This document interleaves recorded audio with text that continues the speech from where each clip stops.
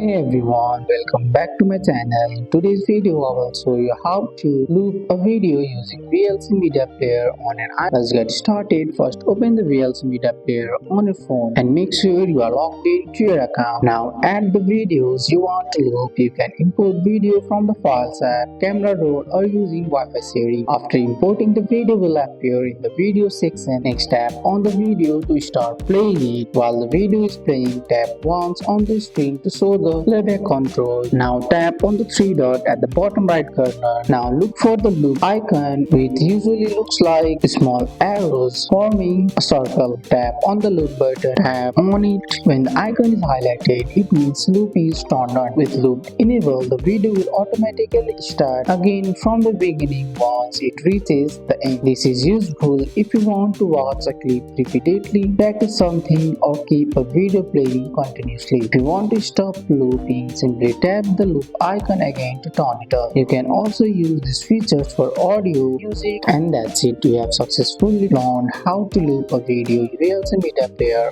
on an iPhone. That's all for today's video, guys. I hope you guys like this video. If you found this video helpful, drop a like, subscribe for more videos. Thanks for watching. See you in the next one.